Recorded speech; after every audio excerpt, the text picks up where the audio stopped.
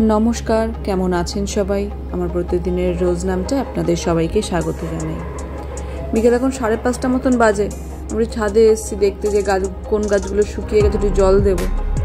তার মধ্যে আকাশে এসে দেখি এই পাশটাতে এত মেঘ করেছে পুরো অন্ধকার করে এসেছে, কিন্তু বেশ সুন্দরও লাগছে আকাশটা। মেঘেরও কত রকম শেড।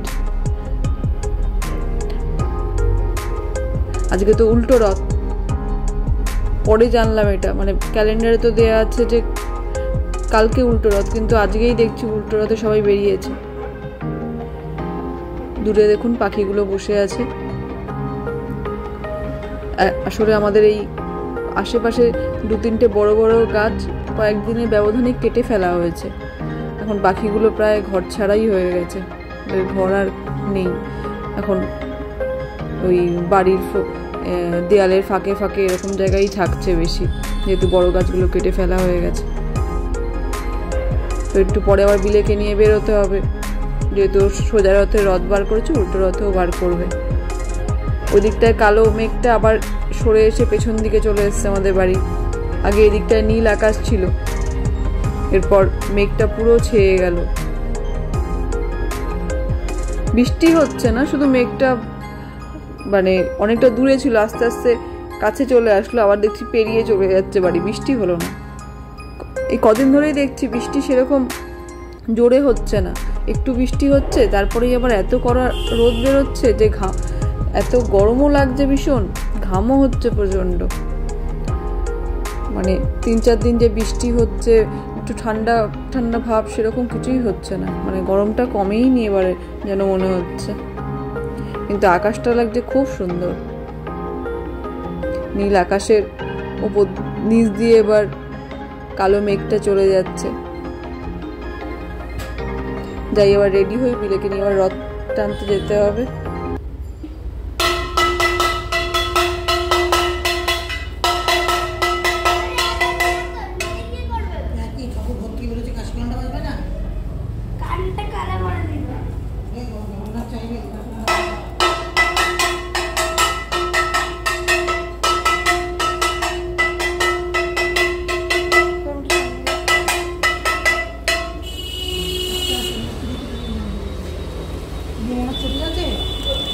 ছুটি নিয়ে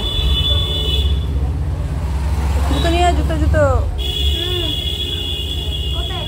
ওদিক থেকে পড়ে ওই যাচ্ছে।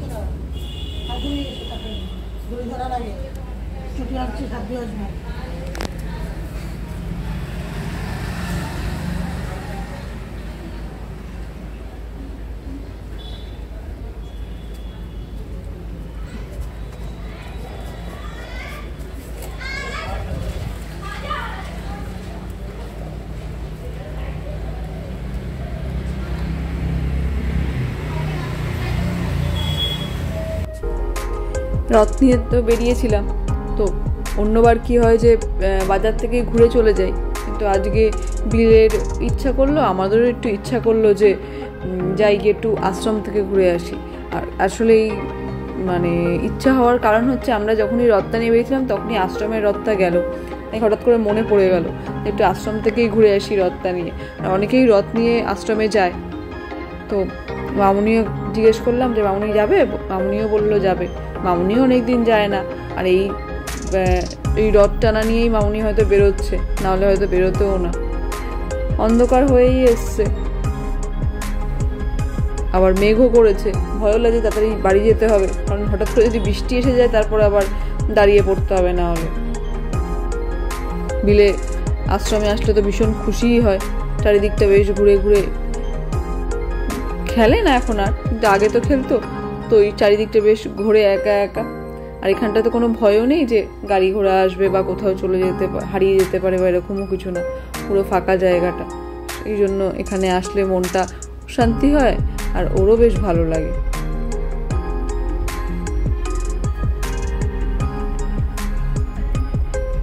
আশ্রমের ভেতরে আমি ফোন নিয়ে তো যাওয়া যায় না, বাইরে থেকেই দেখাচ্ছি। সারদা মার, রামকৃষ্ণদেবের একটা প্রতিমূর্তি আছে, পাশে বিবেকানন্দরও আছে, কিন্তু বিবেকানন্দটা দেখা যাচ্ছে না। আসলে এটা বেলুড় মঠেরই তো একটা অংশ, তাই মানে ওই একই রকমভাবেই এখানে পুজো আচ্চা সব হয়। আর এখানে তো বলেইছিলাম যে এখানে কিছু দুস্থ ছেলেমেয়েরাও থাকে। বিলে যখন ছোটোবেলায় দাদার সঙ্গে মানে আমার শ্বশুরমশাইয়ের সঙ্গে ঘুরতে বেরোতো, তো শ্বশুরমশাই রোজ রোজ কোথায় ঘুরতে নিয়ে যাবে সাইকেলে করে, তো অনেক সময় আশ্রমে নিয়ে চলে আসতো। তখনও ছোটও ছিল, আর আশ্রমের যত ছেলে মেয়ে আছে তাদের সঙ্গেও খেলা করতো, আর শ্বশুরমশাই এখানে বসে থাকতো। যাই, এবার বাড়ির দিকে যাই, অনেকটা দেরিও হয়ে গেছে, দোকানেও যেতে হবে।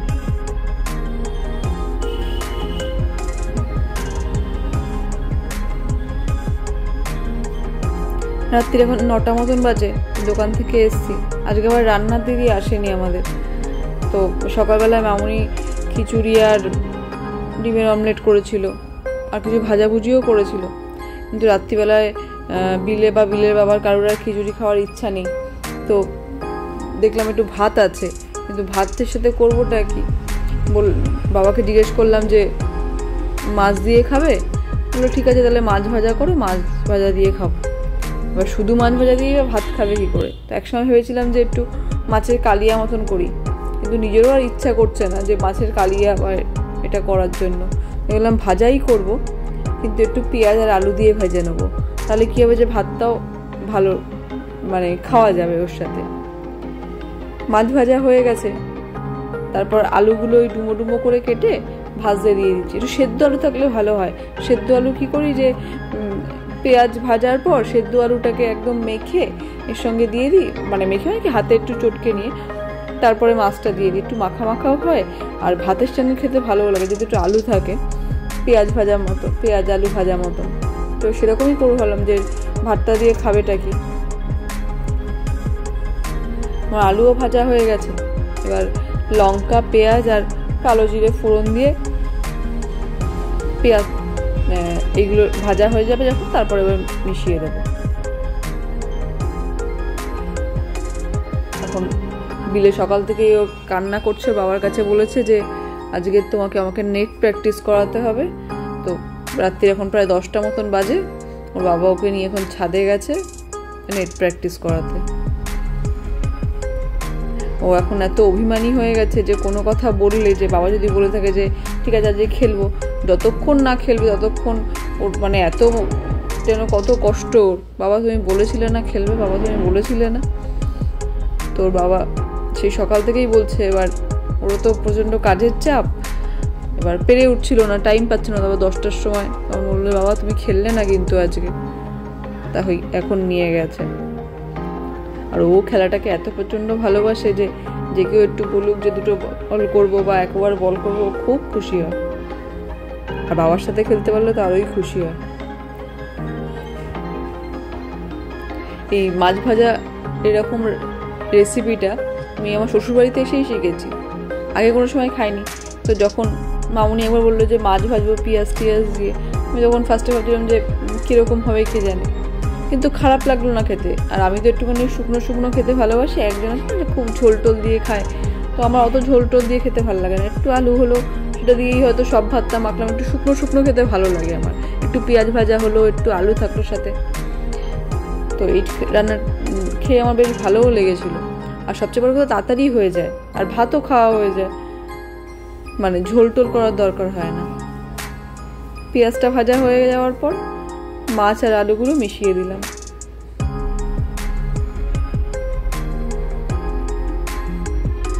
আর বিলেকেও দিলেও খেয়ে নেয়। ঝোল হলেই বরং ও অতটা পছন্দ করে না, একটু মাছ ভাজা খেতে ভালোবাসে, একটু ডাল দিয়ে মেখে মাছ ভাজা দিয়ে দাও, ও তাতেই খেয়ে নেবে। ঝোল টোল মানে অত বেশিও পছন্দ করে না।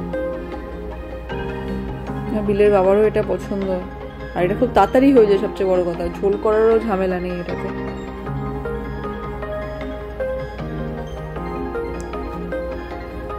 এবার প্রথম রথ নিয়ে সোজা রথ উল্টো রথ দুটোই বেরোনো হলো।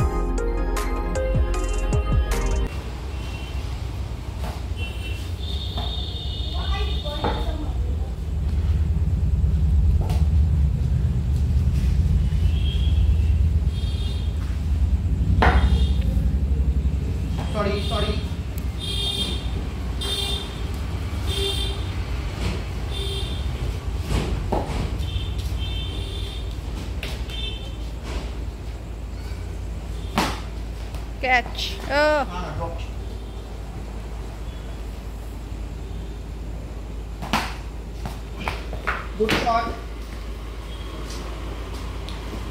ডিফেন্স করো না একটু।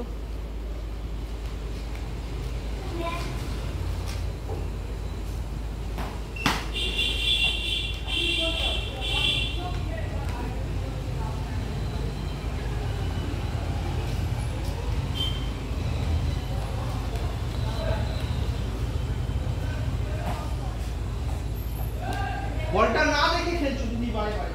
বলটা দেখো ড্রপ করে কতটা কেটে ঢুকছে। হয় তুমি বল। এখন ওদের এই খেলা কতক্ষণ চলবে আমি জানি না।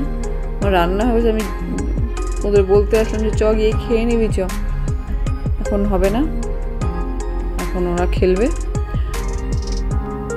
আর পরের দিন বিলের স্কুলও ছুটি আছে, সেই জন্য আরও তারা নেই যে খেয়ে শুতে হবে। ঠিক আছে, আজকের ভিডিওটা তাহলে এখানেই শেষ করলাম। ভিডিওটি কেমন লাগলো কমেন্ট করে জানাবেন। যদি ভালো লেগে থাকে একটা লাইক করে দেবেন।